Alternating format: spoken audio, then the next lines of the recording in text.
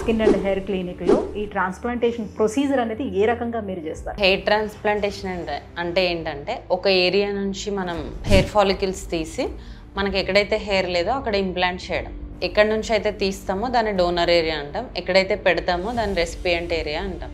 So అంటే ఇందులో ఏమైనా రకాలు ఉన్నాయా? హెయిర్ ట్రాన్స్ప్లాంటేషన్లోని ట్రీట్మెంట్స్లోని ఇంకా ఏమైనా రకాలు ఉన్నాయా? సో హెయిర్ ట్రాన్స్ప్లాంటేషన్లో మెయిన్గా ఎఫ్యూటీ మెథడ్స్ ఉంటాయి. ఎఫ్యూటీ అంటే ఏంటంటే మనం ఒక ఏరియా ఆఫ్ ద స్కాల్ప్ని కట్ చేసి ఇన్సిషన్ ఇచ్చేసి అక్కడ నుంచి ఒక ప్యాచ్ ఆఫ్ ద స్కిన్ తీసి దాని నుంచి గ్రాఫ్ట్స్ సపరేట్ చేసి ఇంప్లాంట్ చేయడం. సో అప్పుడేంటి మనకు సూచర్ వేసుకోవాలి, హీలింగ్ ప్రాసెస్ చాలా ఎక్కువ ఉంటుంది, కొంతమందికి అక్కడ సెకండరీ ఇన్ఫెక్షన్స్ వస్తాయి. సో ఆ ప్రాసెస్ అనేది చేయట్లేదు. పెయిన్ఫుల్ అండ్ చాలా రోజులు పడుతుంది తగ్గడానికి. నమస్తే, వెల్కమ్ టు సుమన్ టీవీ. ఈ మధ్య కాలంలో మనం చూసుకున్నట్లయితే ఎక్కువ మంది బట్టతల సమస్యతోటే ఇబ్బంది పడుతూ వస్తున్నారు. అందులో కూడా యంగ్ జనరేషన్ చాలా ఎక్కువగా ఉంది. ఎందుకు అసలు బట్టతల సమస్య అనేది వస్తూ ఉంది? సో బట్టతల కోసం అని మనకి హెయిర్ ట్రాన్స్ప్లాంటేషన్ అనే ఒక ట్రీట్మెంట్ అందుబాటులో ఉన్నప్పటికీ కూడా దీని మీద చాలా రకాల సందేహాలు చాలా మందిలో ఉన్నాయి. సో ఇది ఎవరు అసలు చేయించుకోవచ్చు, ఏ ఏజ్ గ్రూప్లో వాళ్ళు చేయించుకోవచ్చు, అసలు హెయిర్ ట్రాన్స్ప్లాంటేషన్ ప్రొసీజర్ అనేది ఏ రకంగా ఉంటుంది, సో మళ్ళీ ఊడకుండా ఉంటుందా లేదా, సో ఇందులో ఎంతవరకు సక్సెస్ రేట్ అనేది ఉంటుంది, ఈ విషయాలపై చాలా రకాల సందేహాలు ఉన్నాయి. సో ఇవన్నీ కూడా క్లారిఫై చేసేందుకు మనతో పాటు ఉన్నారు Keha skin and hair clinic నుంచి డాక్టర్ దుర్గా కళ్యాణి గారు మనతో పాటు ఉన్నారు. సో మ్యామ్ని అడిగి మరిన్ని విషయాలు తెలుసుకుందాం. Hello ma'am. హాయ్ అండి. మ్యామ్, హెయిర్ ట్రాన్స్ప్లాంటేషన్ అనేది బట్టతల సమస్య అనేది అందుబాటులోకి వచ్చింది చాలా ఇయర్స్ అవుతుంది. బట్ ఈ హెయిర్ ట్రాన్స్ప్లాంటేషన్ అంటే ఏమిటి అసలు? స్పెషల్లీ మన కేహా స్కిన్ అండ్ హెయిర్ క్లినిక్లో ఈ ట్రాన్స్ప్లాంటేషన్ ప్రొసీజర్ అనేది ఏ రకంగా మీరు చేస్తారు? సో హెయిర్ ట్రాన్స్ప్లాంటేషన్ అంటే ఏంటంటే ఒక ఏరియా నుంచి మనం హెయిర్ ఫాలికల్స్ తీసి మనకి ఎక్కడైతే హెయిర్ లేదో అక్కడ ఇంప్లాంట్ చేయడం. ఎక్కడి నుంచి అయితే తీస్తామో దాన్ని డోనర్ ఏరియా అంటాం, ఎక్కడైతే పెడతామో దాన్ని రెసిపియంట్ ఏరియా అంటాం. సో మెయిన్గా బ్యాక్ ఆఫ్ ద స్కాల్ప్ నుంచి మనం హెయిర్ అనేది తీస్తాం. సో ఆ డోనర్ ఏరియా నుంచి తీసి ఇక్కడ మనం ఇంప్లాంట్ చేయడం అనేది జరుగుతుంది. ఇక్కడ యూజ్ చేసే టెక్నిక్ ఎఫ్యూఈ మెథడ్ అనమాట, follicular unit extraction method.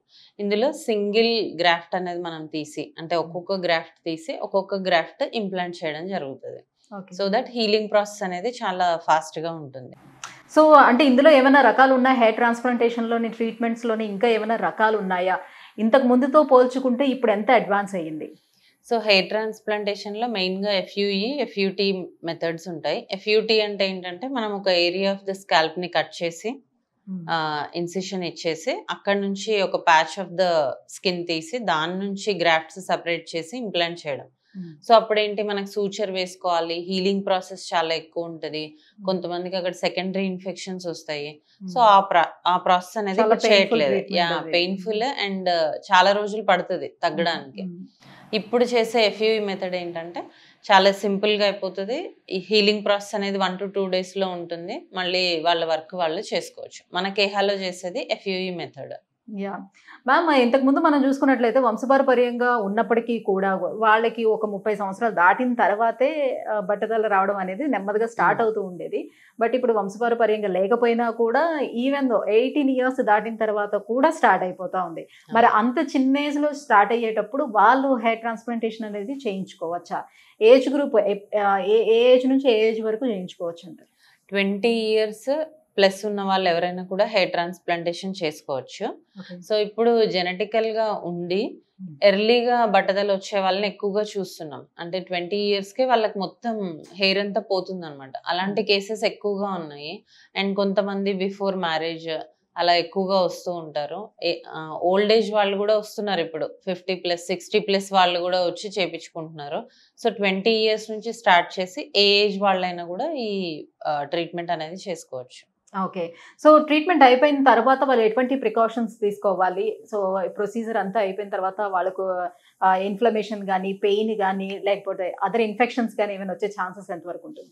So procedure అయిపోయిన తర్వాత 1 week వరకు యాంటీబయాటిక్స్ ఇవ్వడం జరుగుతుంది, ఇన్ఫెక్షన్స్ ఫామ్ అవ్వకుండా అలాగా. అండ్ వాళ్ళకి ప్రాపర్గా మనం ఎలా క్లీన్ చేసుకోవాలి, ఎలా పడుకోవాలి, ఎలాంటి ఫుడ్ తీసుకోవాలి, ఇవన్నీ ప్రికాషన్స్ ఇవ్వడం జరుగుతుంది. జస్ట్ 2 to 3 days వాళ్ళు కొంచెం క్లెన్లీనెస్ మెయింటైన్ చేసుకుంటే ఆ లోపు హీల్ అయిపోతుంది, వాళ్ళ వర్క్కి వాళ్ళు వెళ్ళిపోవచ్చు. అండ్ ఇంకొకటి ఏంటి అంటే ఎవరైతే ఈ ప్రికాషన్స్ ఫాలో అవ్వకుండా డస్ట్ కి పొల్యూషన్ కి ఎక్స్పోజ్ అవుతారో వాళ్ళకి మాత్రమే సెకండరీ ఇన్ఫెక్షన్స్ వచ్చే ఛాన్స్ ఉంటుంది. సో మన దగ్గర చేసిన వాళ్ళలో ఇప్పటివరకు ఎవరికైతే రాలేదు. ఓకే. సో గ్రోతింగ్ అనేది ఏ రకంగా ఉంటుంది? ఎప్పటి నుంచి స్టార్ట్ అవుతది గ్రోత్ అనేది? నార్మల్ హెయిర్ మాదిరిగా మళ్ళీ ఎప్పుడు కనిపిస్తుంది? మనం హెయిర్ ట్రాన్స్‌ప్లాంటేషన్ చేశాక 2 మంత్స్ నుంచి హెయిర్ గ్రోత్ అనేది స్టార్ట్ అవుతది.